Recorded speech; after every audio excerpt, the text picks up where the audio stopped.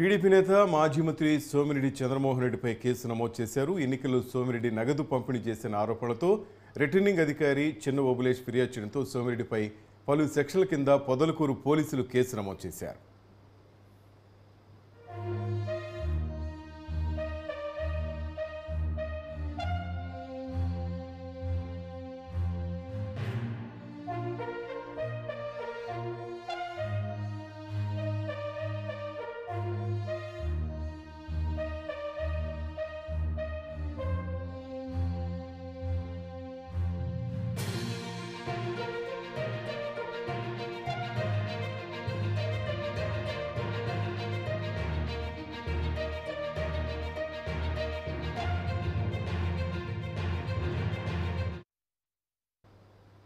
TDP senior నేత మాజీ మంత్రి సోమిరెడ్డి చంద్రమోహన్ రెడ్డిపై పొదలకూరు పోలీసులు కేసు నమోదు చేశారు. దీనికి సంబంధించిన అప్డేట్స్ మరి రిపోర్టర్ బాలరాజు నాడు తెలుసుకుందాం.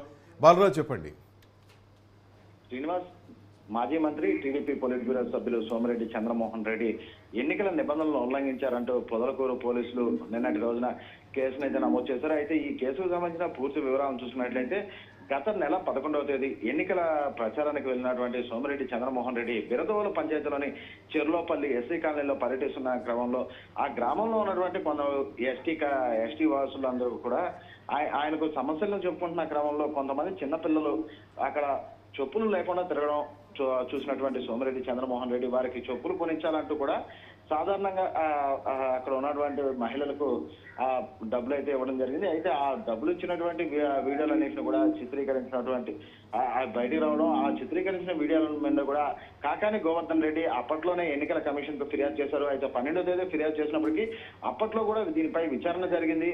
అయితే విచారణ జరిగిన క్రమంలో కేవలం అది మానవతా దృక్పథంతో చిన్నపిల్లలకు ఇచ్చింది, ఓటర్లకు ఇచ్చినట్లుగా రాదు కనుక అవి ఈ ఎన్నికల నిబంధనలు ఉల్లంఘించినట్లుగా రాదంటూ కూడా అప్పట్లో ఎన్నికల అధికారి కొట్టివేయడం జరిగింది. అయితే అప్పటి నుంచి కూడా సోమిరెడ్డి చంద్రమోహన్ రెడ్డిపై కాకాని గోవర్ధన్ రెడ్డి తరచూ అదే అభియోగం చేస్తూ సోమిరెడ్డి చంద్రమోహన్ రెడ్డి వీడియోల ఆధారంగా ఉండి డబ్బులను పంచినప్పటికీ ఆ ఎన్నికల అధికారులు పక్షపాతం వ్యవహరిస్తూ సోమిరెడ్డి చంద్రమోహన్ రెడ్డిపై చర్యలు చేపట్టలేదు. మానవతా దృక్పథంగా అది ఎలా అవుతుంది?